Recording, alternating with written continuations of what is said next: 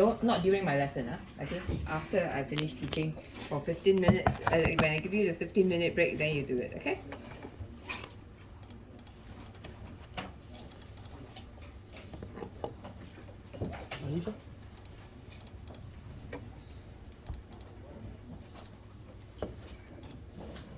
But for now, we are going to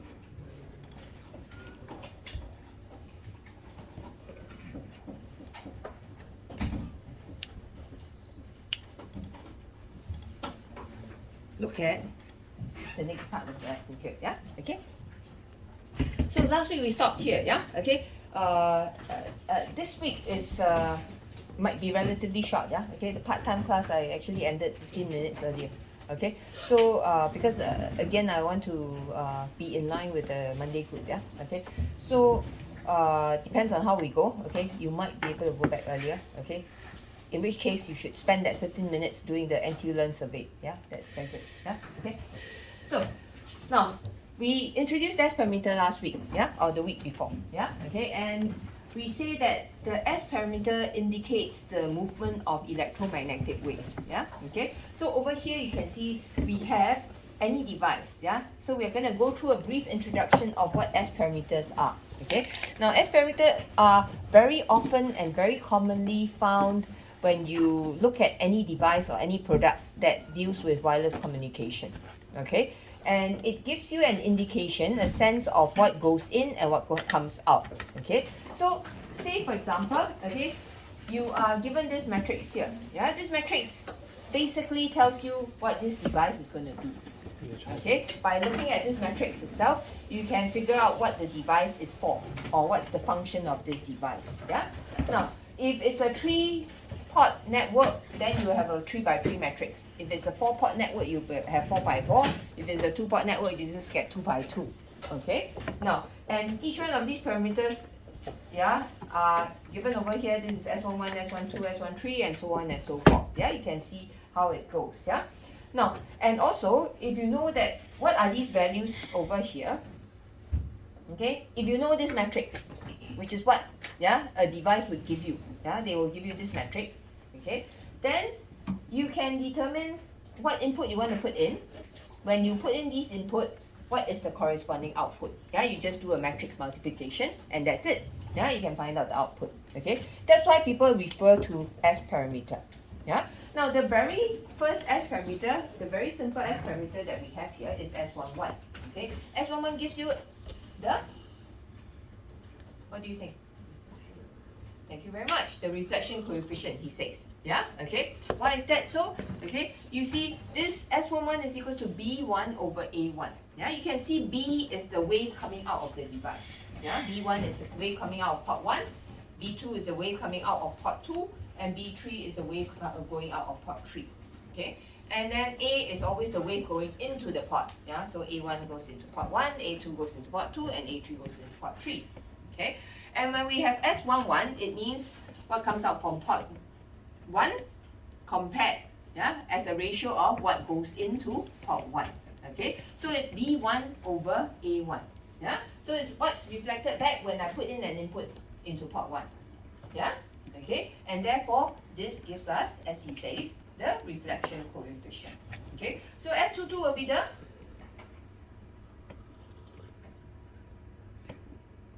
S22 will be the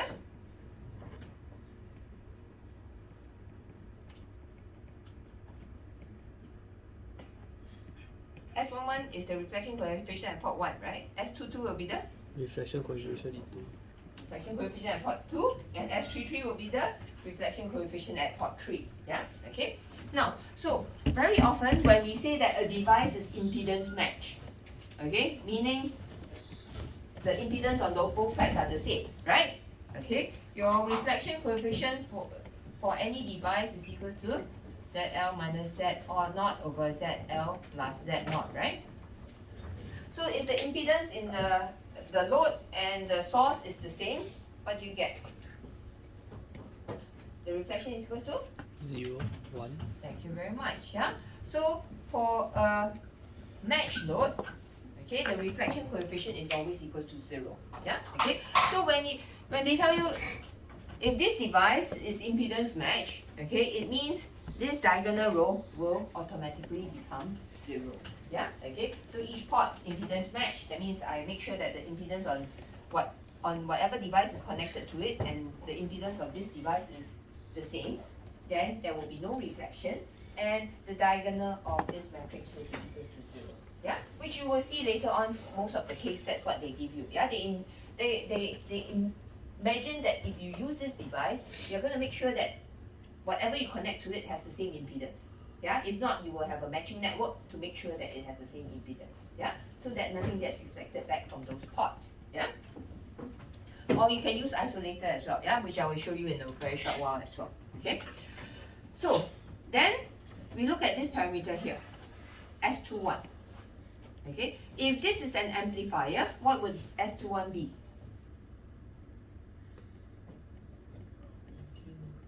It will be the gain. Yeah, it's the, if I put in an input at port 1, what is the output?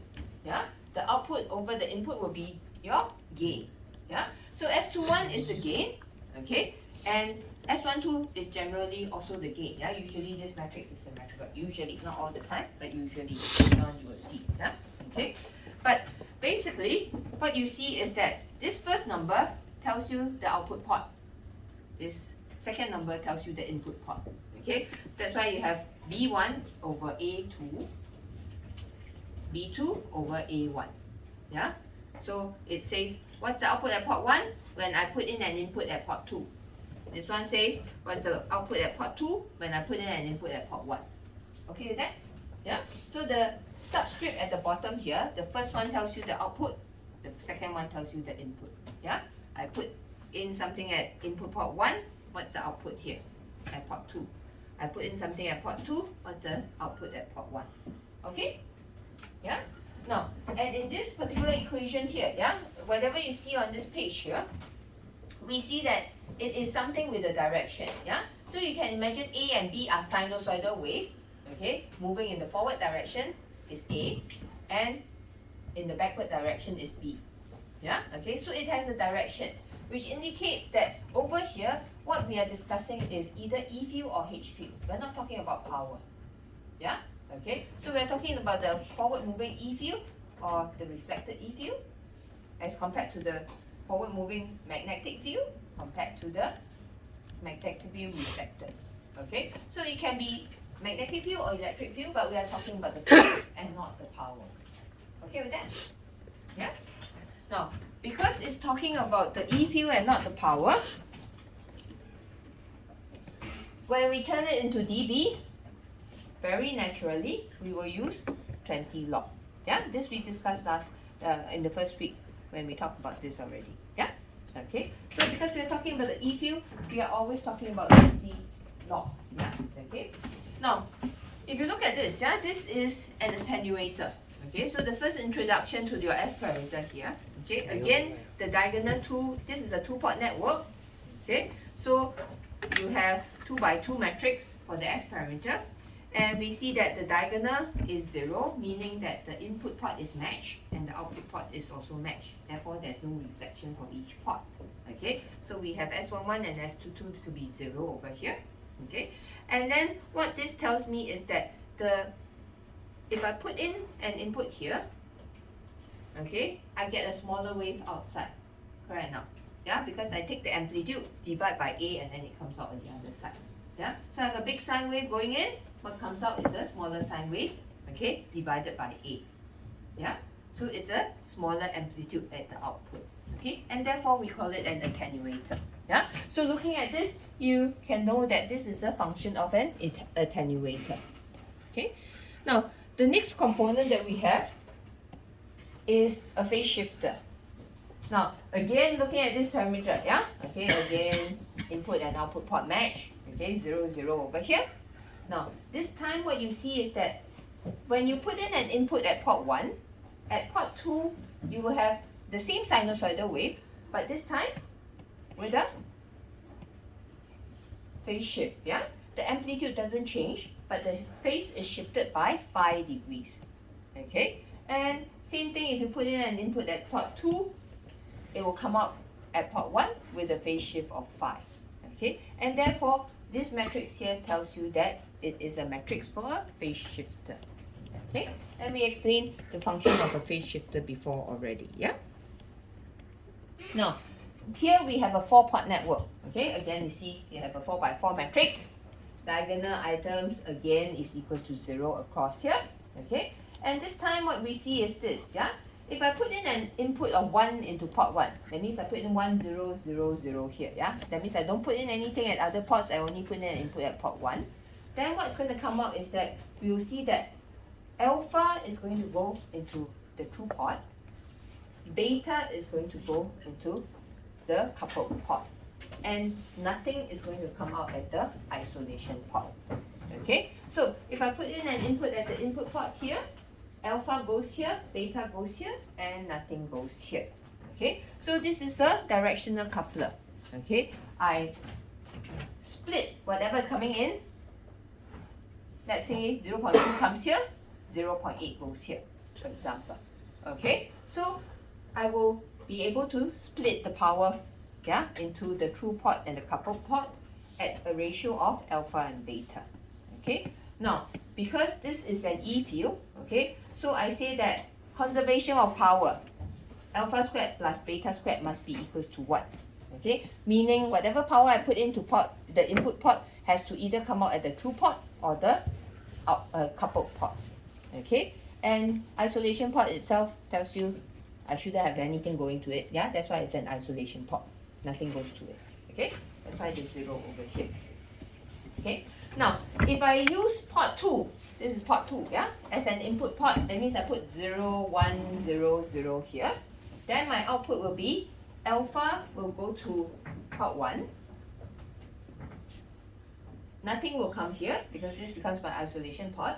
Okay, and minus beta will go into port 4 over here. Okay, so again, whatever I put in here will split into alpha here and beta here. Okay, and nothing comes out at the coupled port. Okay with that? Yeah, but this time the only thing that I want to note you to take note of is that this time is a minus beta, meaning there's a 180 degrees phase shift this time when it goes out to the coupled port. Okay, the negative sign just tells you that there's a 180 degrees phase shift. Yeah, and this happens only when you use this port and this port as input. If you use this port and this port as input, there's no 180 degrees phase shift. Okay, so here we define a few terms. Coupling coefficient tells you how much power is coupled to the coupled port compared to the input port. Okay, insertion loss tells you when I insert this component, how much loss there is from the true port to the input port. And then the isolation tells you what comes out at the isolation port compared to when I put in an input at the input port. Yeah, this is your isolation. Yeah, so theoretically this is equal to 0, so this value should go to infinity. Okay, so very, very small. Yeah, okay, now directivity tells you what comes out here compared to what comes out here. Yeah, theoretically I want nothing to go out to the isolation port. Okay, so again, if this is 0, this will go to infinity as well. Yeah, this value here is infinity. Yeah, okay, so this is your directional coupler. Yeah, okay, it splits the power into whatever ratio that you design it to split the power in. Okay, now the next component here, again looking at the S parameter, I can tell you that this is a circulator. Yeah, when I put in an input at port 1, it will only come out at port 2. If I put in an input at port 2, it will only come out at port 3. If I put in an input at port 3, it will only come out at port 1. Okay, so whatever I put in here only comes out here, nothing goes to here. If I put in something here, it goes here, and nothing goes back to that. If I put in something here, it only goes in this. So it's called a circulator because it only lets the EM wave goes in one circle. Yeah, not the other direction. Yeah, so whatever I come in here can only go in this direction, doesn't come in this direction. Yeah, okay, it only goes in one direction. It's called a circulator. Okay, this is a 4-port circulator and that is a 3-port circulator. Yeah, Now, circulators are being used, okay, as isolators, yeah, okay. And in your EM lab, okay, last year when you took the course, okay, you have actually used this isolator, a circulator with a terminator as isolator in one of the EM labs, yeah, okay. I don't know if you recall, yeah, okay. This is a limiter. You can see y equals to x. Yeah, whatever you put in the input will come out at the output. Y equals to x. Okay, unless the power goes beyond a certain maximum voltage, then I will cut it off to become V max. If your input becomes lower than a certain voltage, it will cut it off at negative V max. Okay. The next slide here serves as only one purpose, yeah, okay. It tells you in a power splitter, yeah, okay. What happens in a power splitter, okay? In a power splitter, you design a power splitter. You design a power splitter in such a way that if you put in an input, it splits the power into two, yeah. If you connect another splitter here, it will split it again into another two, here another two, yeah, okay. So on this diagram here, you can see, yeah, because this is how we split the power, yeah. We use one of it and then we use two of it, combine three of it, yeah, and then we go on and use five of it and so on and so forth, okay. So when we do this, it means that the output can only go from 1 to 2, 1 to 4, 1 to 8, 1 to 16, and so on and so forth. Okay? You won't find a splitter that goes 1 to 6, or 1 to 7, or 1 to 5. Okay? Not possible to do that. Yeah? Okay? But what you can do is that, say for example, you want a 1 to 6 splitter. Yeah? Okay? You put the next stage splitter here, and you get 1 to 8. Yeah? Okay, what you can do if you want 1 to 6 is that you use this and then you put a terminator at the two ends and just use the ones in the middle. That's all. Okay, that's how we use if we want a 1 to 6. Yeah, it will never happen that you have a design splitter that goes 1 to 6.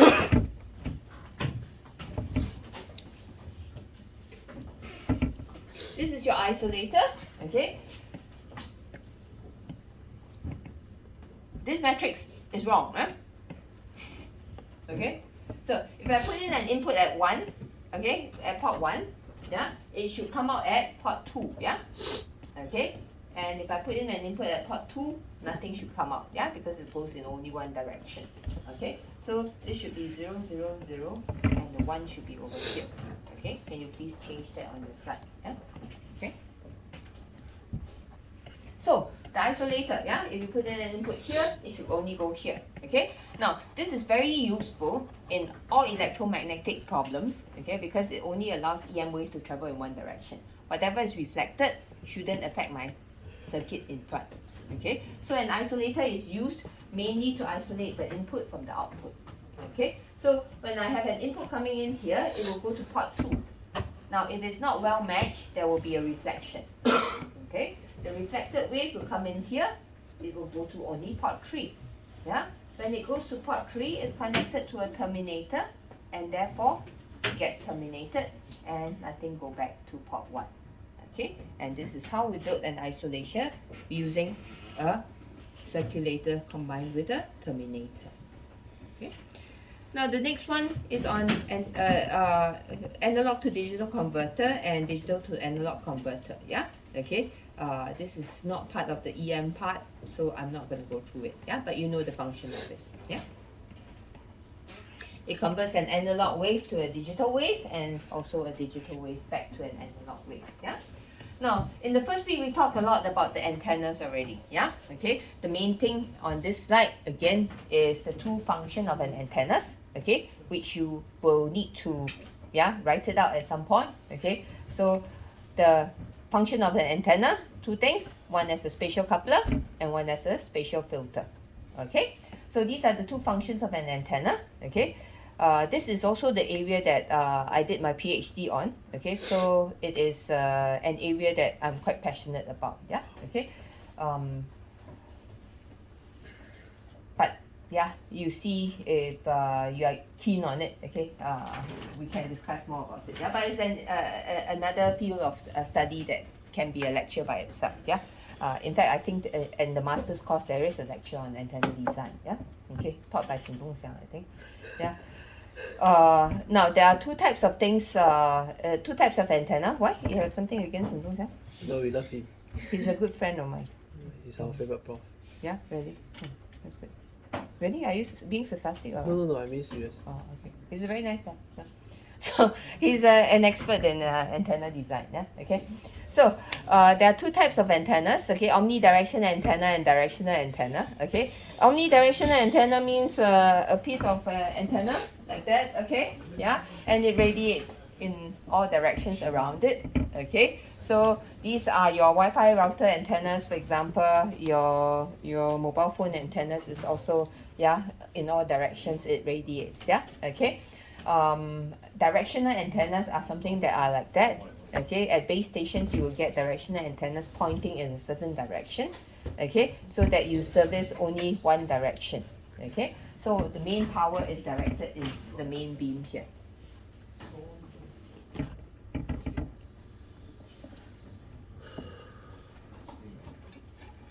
So Now the next part that we're going to go into, yeah, is your chapter 3. Okay, so this is probably the most important chapter, yeah, okay, of all the chapters that I've given you. Yeah, chapter 4 is also quite important, okay, but this one is probably the most important one, yeah, okay, of all the 4 chapters. Okay, so now we're going to start with the serious stuff now. Yeah, okay, so this course, yeah, is about learning how to design a wireless system.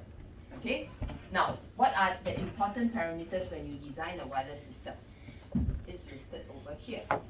Okay, so I'm going to go through the overview of what these parameters contribute to how your good system is. Yeah, so I'm going to design a system today. Yeah, a wireless system.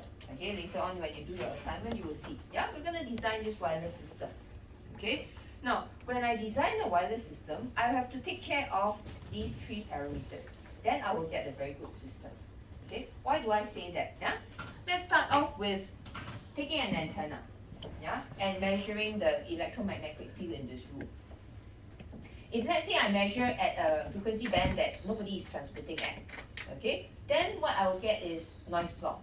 There won't be nothing, yeah, it will be very low, but you will receive something, okay, but you will see up, down, up, down, up, down, just noise, yeah, okay, you will see something like that. You see, I separated these 2 pens because they don't have ink, and then now I put them back here, yeah, so I don't know which one. Yeah, so you will measure something like that, yeah, if nobody's transmitting, this is what you will measure, okay, with an antenna and a receiver system, okay. Now, when you design this mobile phone, okay, I'm going to use a mobile phone because that's the most obvious wireless system that we carry around all the time, yeah, okay, and recently, okay, my mobile phone went down, yeah, okay, and then you realize how important your mobile phone is to you, okay, because for half a day, I couldn't access my email because I cannot access the 2FA, yeah, so if you have a chance, okay, register another phone first, yeah, before you get into my position, yeah, okay. What you have to do is you call CITS, they have to reset the account, then you can log in with, it's not just a matter of downloading the app, okay. You need to ask CITS to cancel your account, then we log in with a new phone, new device, yeah. But now they allow you, if you already have one phone, they allow you to register another one, yeah, okay, so that something like what happened to me cannot happen to you, yeah, okay, but it's a very serious problem, yeah. So your mobile phone, okay, very useful device, yeah, you're going to design a good one, okay, because it's so useful. So if I use my mobile phone to receive something, yeah, I design this mobile phone. When I design this mobile phone, I have to take care of these things here, okay. Now, this noise that we are going to discuss today, okay, we're going to do all the calculations today on this noise, okay. This noise, okay, is the noise of your device that you design. This mobile phone you design, you determine the noise because you are the designer. Okay. Now, what is this noise? Okay. This noise will add on to the background noise that you have. Yeah. If I use my mobile phone as a receiver, okay. This NF here is the noise that is created by your mobile phone, the design that you made. Okay? Yeah? So, and then on top of that, you will have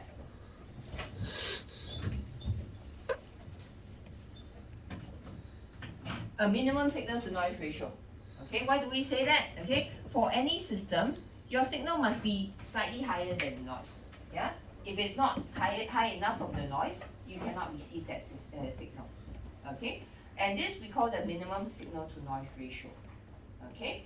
Now, how do we determine this? For example, analog voice, you need 6 dB above the noise level. Okay? If you have digital voice, it's 3 dB above the noise level. Okay? For a Wi-Fi system, it's approximately 5 dB above the noise level. Yeah? Okay? These are determined by the system that you're using. Okay? So not by you, but if you're using this kind of system, this is the minimum signal to noise ratio you need to have. Okay? Now, what does this mean? This means that if I take this power, I call it P min. Okay? If I take this power, this is my design, this blue lines that I've drawn is my designed mobile phone. Okay? This mobile phone that I have designed, if the power coming to my mobile phone is higher than P minimum, I will be able to make a phone call and receive this signal. Okay with that? Yeah? Okay? But if I receive a signal lower than this, let's say for example this is minus 80 dB. The signal coming to my phone is minus 90 dB. What will you see? You will see no bar here. I cannot make a mobile phone call. Okay with that? Yeah? So you know, yeah, at some places when the signal is very, very weak, your mobile phone don't have any bar. Yeah? Cannot receive a signal. That is because your signal is below the P minimum for your particular phone. Okay? Let's say I'm a very bad engineer, yeah, and I designed a very bad receiver. Okay? Because I've designed a very bad receiver, my noise figure for this other mobile phone that I designed is very bad. It's very high, very big. This number is very big. Yeah. So my noise level is over there. Okay. But for the same system, I still need the same minimum signal to noise ratio to be able to receive the signal. Yeah. And therefore, you see for this red mobile phone, my P minimum is here. Okay. Meaning, I have a blue mobile phone and a red mobile phone. If I stand at the same point and I'm both subscribed to the same service provider, that means the same base station is transmitting to these two mobile phones. Okay? If my signal is somewhere here, if the power coming to me is somewhere over here, okay, it means the blue mobile phone will be able to receive that phone call, but the red mobile phone will not be able to do that. Yeah? Okay? So in this course here, now, today, we are going to learn how to make sure that this noise figure is as small as possible from our design. Okay? This is something that I can design, yeah? Okay? And my aim is to make sure that you know how to get this as small as possible. I don't want the big one. Yeah? The big one, that means you cannot receive the signal very well. Yeah? Okay? If I get it as small as possible, that means anywhere, okay, I should be able to receive it. Yeah? Okay? So this is what we call the sensitivity. Yeah? The minimum power that can arrive at my mobile phone and my mobile phone can still work. Okay? Now, does it mean the signal, the higher the power, the better? It is not true. Okay? Because last week we saw, yeah, even with an amplifier, what happens when the power is too big? It goes into saturation. Yeah, it levels off like that. Yeah, okay. So once your system goes into saturation, we have another set of problems created called the intermodulation. Yeah, this one we'll discuss next week. Okay, but okay, what I'm trying to tell you here is that okay, for any mobile phone that you design, it will also always have a P maximum as well. Okay, and this maximum is decided by these two terms here. Okay, so in this course, you will also learn how to make sure that this Pmax is as high as possible by designing appropriately the gain and the intermodulation product. Yeah, okay. So between the minimum power and the maximum power, this thing here, we call it the dynamic range. Yeah, it is the range in which my mobile phone is operational. Yeah, out of this range, it cannot work. If the power is too high, cannot work. Power is too low, also cannot work. Yeah, so it can only work within what we call the dynamic range. Okay, so what does this mean? If this dynamic range is very big, that means my P in is very low, okay, and my P max is very high. Okay, what does it mean? Okay, if this camera here is my base station, I'm standing very close to this base station, so the power is very high. Yeah, if it's below here, okay, I can still make a phone call. Yeah, but if I go a little bit closer, it exceeds the power maximum here. It goes into saturation. My mobile phone, even if very high signal strength, you try making a phone call, it will not work. Yeah, it will tell you cannot work. My mobile phone cannot work. Yeah, okay. I don't know how many of you have experienced this, but sometimes you see 10 bars, 2 bars. How come I still cannot make a phone call? Yeah, that is because although you are very close to the base station and your signal strength is very high, it has exceeded the P maximum of my device. Okay, and therefore it's in saturation. I cannot use my mobile phone. Okay, so I have to go a little bit further so that my power is below P max, then I can start using my mobile phone. Okay, P minimum means I have to walk all the way to the other end of the room. I'm very far away from the base station. Okay, and the signal coming to me is above the P minimum. Yeah, then I can still use my mobile phone over here. Yeah, so this dynamic range basically tells you how far and how close away from the base station you can still use your mobile phone. Yeah, and you of course want to maximize this, right? So that anywhere I walk, I can use my mobile phone. Yeah, it's a real mobile phone. Yeah. Now imagine if this dynamic range, yeah, is only 0.5 dB. Okay, that means very small change. Yeah, what does it mean? It means if I go at this distance, okay, the power is too strong, cannot use. I have to walk, yeah, to a specific position where the power is in between here. Then I can use my mobile phone. Yeah. If I walk left a little bit, oh, power too high, cannot use. If I walk right a little bit, power too low, cannot use. That means my dynamic range has dictated that I can only stand at this position, then I can use my mobile phone. Anywhere further than that, I cannot use my mobile phone. Yeah, it's not a mobile phone anymore. Yeah, okay, it's only a single point mobile phone. Okay, so if you are a bad designer, you can end up with a design that is like that. Yeah, which we don't want. Okay, we want to make sure that you can use your mobile phone anywhere around. Okay, yeah. So bottom determined by your noise figure, the top determined by the gain and the intermodulation product. Yeah. So how do we determine these things? Yeah. Okay. We're gonna start off with looking at these very simple things. Yeah. Okay. You'll be referring to this slide quite a bit later on when we do some examples. Yeah. Okay. So please try to understand this. Yeah. Okay. Now, very simple. Yeah. If I have a two-port network, the output over the input will give me my gain. Correct? Yeah. So I have S21, 20 log of it. Remember? Yeah. Because S21 is E field. So I have 20 log of it. This is my gain. Okay. Then the next parameter I'm going to show you is this one here. Okay. You see it's doing the same thing. Yeah. 20 log of S21. Okay. With a negative sign, this is now a loss. Yeah. So what it says is that if I have a gain of 10 dB, yeah, my loss will be minus 10. Yeah, if I have a loss of 10 dB, my gain will be minus 10. Make sense? Yeah, so it's always the negative of each other. Okay with that? Yeah, or you can say if my gain is 10, my insertion loss is 1 over 10. Yeah, okay, if my insertion loss is 1 over 10, my gain is 10. Okay, or if my insertion loss is 10, my gain is 1 over 10. Okay with that? Yeah, a loss is equals to a gain. A gain is equals to a loss. Yeah, but inverse of it. Okay with that? Yeah. So this is the negative, insertion loss is the negative of gain in dB, okay? 1 over if it's in ratio form, yeah? Then we have the return loss. The return loss for both pots are actually the reflection coefficient, okay? Negative of a reflection loss, yeah? Okay? Now, your reflection loss is always a negative value. Why is that so, yeah? Now, S11, yeah? What's the maximum value of S11?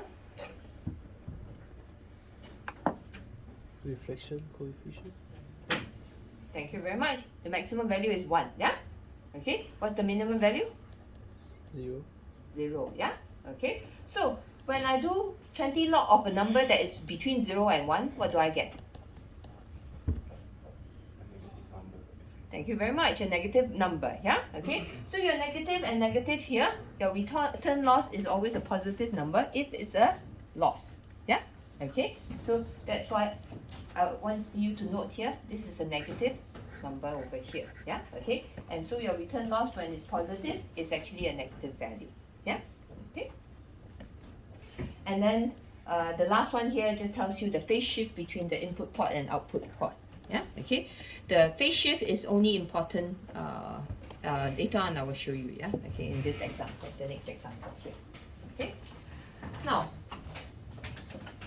so this part, yeah, a little bit of EM, okay, not a lot, but a little bit of EM, okay, and hope you remember what you had learned last time, yeah, okay, in your 3001. If not, yeah, this is just a little bit of a refresher course on your what you have learned before, yeah, okay. Remember on the transmission line, yeah,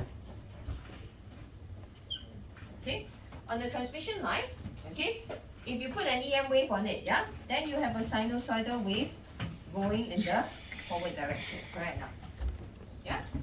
If I connect this transmission line to something, okay? In this case, I put an amplifier, yeah, because my next example is an amplifier, okay? So I connect the transmission line to an amplifier, okay? Let's say, for example, if the impedance between this guy is not equals to the impedance of the transmission line, then what happens? There will be reflection, yeah, okay? So we will see that some of this sinusoidal wave will be reflected back, okay? So this reflection is due to the fact that these two items are not, yeah, impedance match, okay?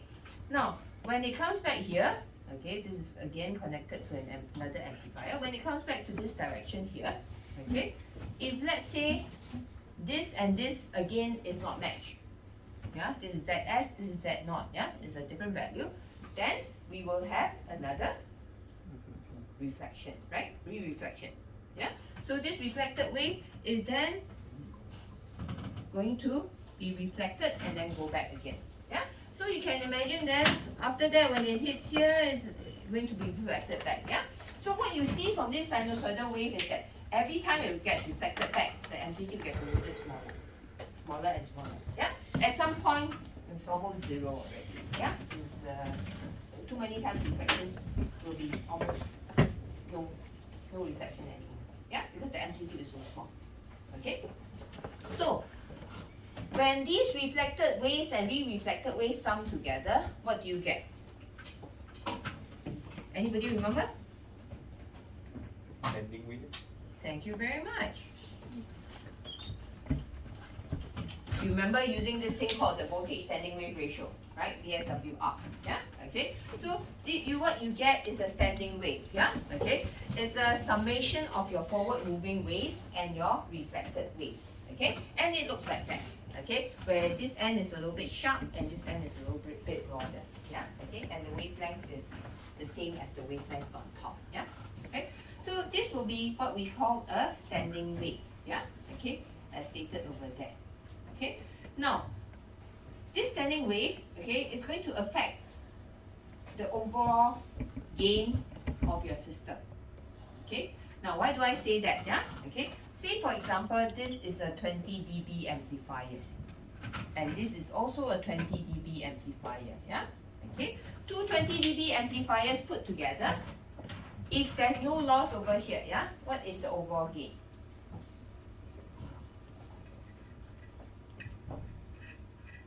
if I connect two 20 dB amplifiers together, what's the overall gain?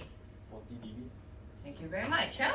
Okay. So he says that is equal to 40 dB. Yeah, I just use 20 dB plus 20 dB and that's it, right? Yeah, okay. That is provided that there's no loss in between the transmission line that is connecting it.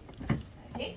Now, if there is a loss, okay, known as the reflection loss on this transmission line, okay, say for example this reflection loss is 1 dB. Then what's the overall gain? Yeah? What is it? 39 dB, he says. Yeah? Correct? Yeah? Because we just 20 minus 1 plus 20, yeah, I get 39 dB. Okay? And this is due to this re-reflection, some power is being lost. Yeah? Okay with that? Yeah? Because of the reflection loss. Yeah? Okay? And so we say that I can calculate this reflection loss. I can calculate the loss of this guy here, the transmission line, using the formula that I've given you over there. Okay, so all I need to know is what's the reflection at the load and what's the reflection at the source. Yeah, so then the next question is, yeah, this is point A over here, this is point B over here. Yeah, okay, the reflection at the load is at point A or B? Thank you very much. So they say this is the reflection at the load and the reflection at the source is at point A. Okay?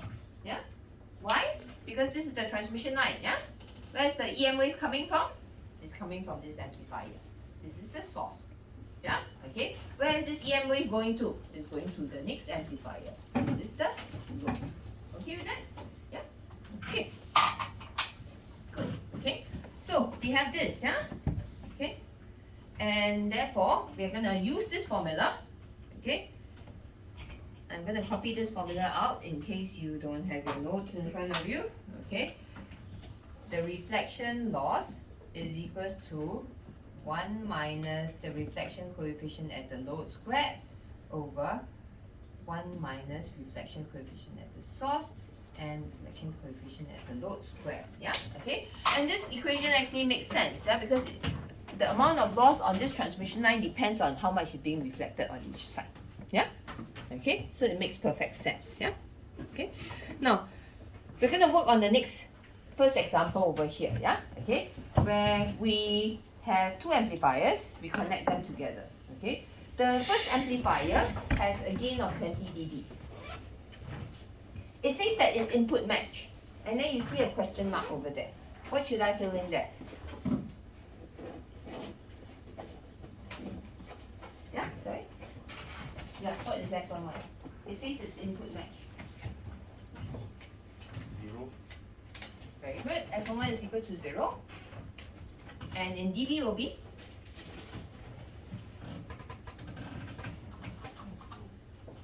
Anyone? 1. 1. You got calculator or not? Huh? Come, somebody press it into the calculator. If you don't know the answer, press it in the calculator. So he told you, right? The reflection is equal to 0, right? Yeah? In dB form, you get 0 becomes 20. Yeah, seriously. Yeah. 1. Press your calculator. Don't guess. This is not a guessing game. Log of 0 is what? Log of 0 is what? 10 log of 0 is what? Oh, sorry. 20 log of 0 is what?